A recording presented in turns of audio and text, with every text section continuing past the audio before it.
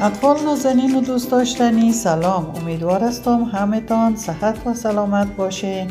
آماده باشین که درس نوتان را با بسم الله الرحمن الرحیم کلمه مبارک خود آغاز کنیم، چون ما و شما شکر مسلمان هستیم.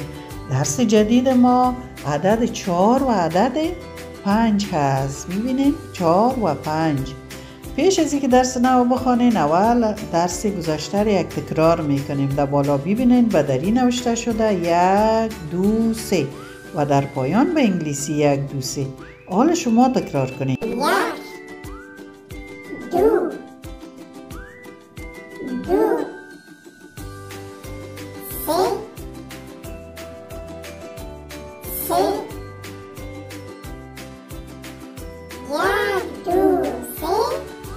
1 2 3 به انگلیسی از طرف چپ. و درس جدید ما عدد 4 است. به این شکل نوشته میشه، بالا به دری و پایان به انگلیسی 4 و دری در بالا که نوشته کردیم به این شکل نوشته میشه و پایان به انگلیسی. مثلا 4 دانه توپ. چرا توپ اینجا آوردیم؟ چون حرف چهارم الفبا ت است. ت توپ. 4 دانه توپ. ت توپ. 4 دانه توپ. 4 دانه توپ. 4 ببینین در بالا به دری و در پایان به انگلیسی نوشته شده 4 دانه توپ.